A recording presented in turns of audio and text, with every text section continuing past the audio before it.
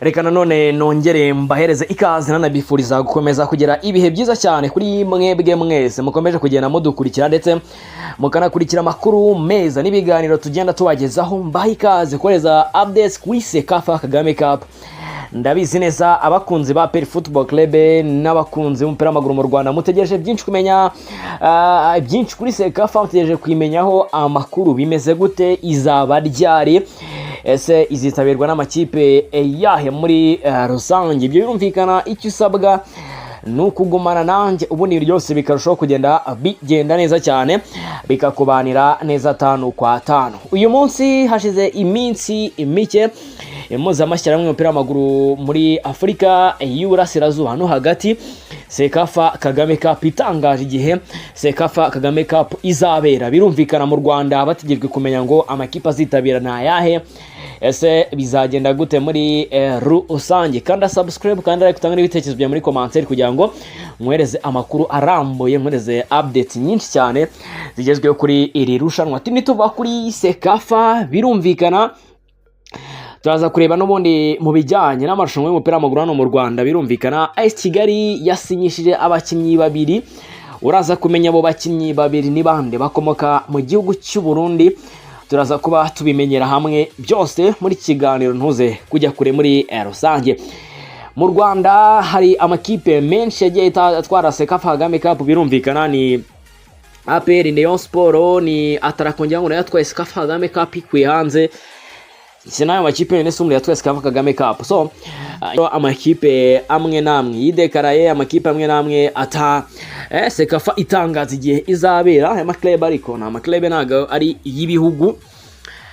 Benshi bari bategereje kumenya ngo y'ibihugu izaba ryari.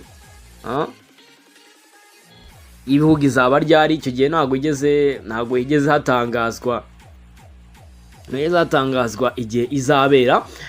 Ni Council for East and Central African Football Association, mu Giswahili bakavuga ngo baraza la mashirikisho ya mpira wa miguu Afrika Mashariki na Kati, mu gihe mu Gifaransa bago Conseil d'Association de Football d'Afrique et de l'Est et Central. No mucyaraho ntago mbisonye ndabyanze. Akaba rero iyi Cecafa Kagame Cup ari irushanwa ryashinzwe mu 1926 ariko riba officiel mu 1973. Icyicaro cyaryo kikaba giherereye muri Kenya, rikaba riba muri East Africa, rikaba rigizwe n'abanyamuryango 12 kugeza kuri uyu munota, aribo Uburundi, Djibouti, Eritrea, Ethiopia, Kenya, Rwanda, Somalia, South Sudan, Tanzania, Uganda ndetse na Zanzibar. Cecafa kandi ikaba ikoresha indimi eshatu, Igiswahili, Icyongereza ndetse n'Igifaransa. Executive Director akaba witwa Auka Egesheyo, ndetse akaba afite imikoranire n'ubundi na CAF ndetse na FIFA. Birumvikana iyi ikabiyohoye n'umuvandimwe kugeza kuri umunota mwita Waraskaria, nibyo ra Waraskaria. Rumva igihugu cyajoininze Cecafa bwa mbere ni Zanzibar, Uganda, Tanzania. Zajoininze mu 1973, mu gihe igihugu giheruka kujoininga Cecafa ejo bundi ni Sudani y'Amajyepfo 2012. Akaba ari uko ibintu bihemeze, ubwo uko ibintu bihagaze. So aka kanya ubwo mbanje kugucira muri make mubwire ukuntu ibintu bimeze. Iyo Cecafa ubundi tuba tuvuga ni iyihe. President wayo ni Waraskaria nkuko nabikubwiye kugeza kuno munota. Akaba ari we president wa Cecafa kuva muri 2019. Ejo bundi akaba ari bwo yatowe nk'umuyobozi wa Tanzanian Football Federation TFF, akaba ari nawe muyobozi wa Cecafa rwose nkuko nabigarutseho. Bakaba rero batangaje ko iyi Cecafa igomba gukinwa ejo bundi rwose. Iyi Cecafa igomba gukinwa ejo bundi. Irushanwa rihuza amakipe yo mu karere k'Afurika y'Iburasirazuba no hagati. Cecafa Kagame Cup ryashyizwe tariki ya 31 z'ukwezi kwa munani kugeza tariki ya 14 z'ukwezi kwa 9 2025. Uyu ni umwe mu myanzuro yavuye mu nama y'inteko rusange mpuzamahanga y'umupira w'amaguru muri Afurika y'Iburasirazuba no hagati Cecafa. Inama rero ikaba yaremeje ko Cecafa Kagame Cup y'amaklebe iteganyijwe kuba tariki ya 31 kugeza tariki ya 31 z'ukwa munani kugeza tariki ya 14 z'ukwezi kwa 9. Andi marushanwa yemejwe ni irya ruhago ikinirwa ku mucanga beach soccer izaba ku nshuro ya mbere tariki ya 31 z'ukwezi kwa 5 kugeza tariki ya 7 z'ukwezi kwa 6 2025, ikaba izabera muri Kenya. Ni mu gihe kandi Cecafa ibihugu Senior Challenge Cup mu bagabo n'abagore amatariki yazo ataremezwa y'impuzamashyirahamwe, kandi yasabye ibihugu gutangira gusaba amarushanwa abyifuza kuzakira. Amashyirahamwe ya ruhago agize Cecafa ni irya Kenya, Uganda, Tanzania, Sudani y'Epfo, Sudani, Ethiopia, Eritrea, Zanzibar, Somalia, u Rwanda ndetse na Burundi yewe na Djibouti. Cecafa Kagame Cup 2024 yegukanywe na Red Arrows yo muri Zambia, yari umutumirwa itsinze APR Football Club kuni penalty 10-9 nyuma yuko amakipe yombi yari yanganyije igitego 1-1 muri rusange.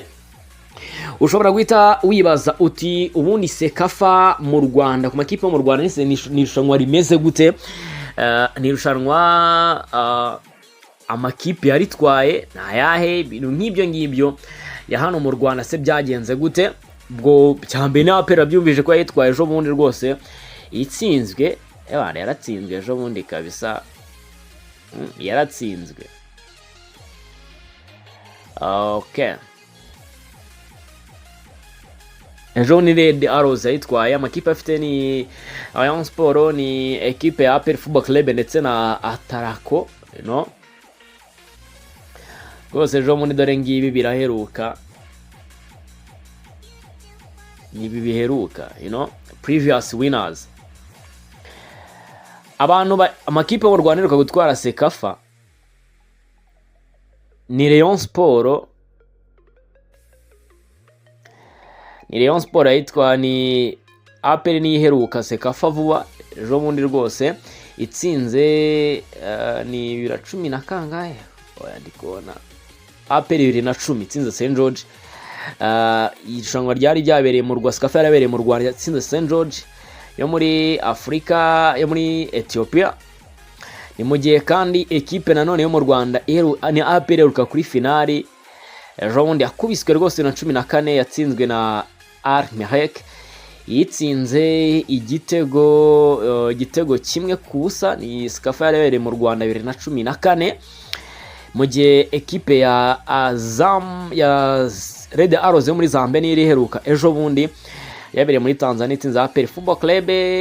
Express yo muri Uganda yatwaye 2021 itsinze Nyasa Big Bullets, mu gihe KCCA yatsinze Azam. Irushanwa ryari ryabereye mu Rwanda, Azam itsinda Simba yari yabereye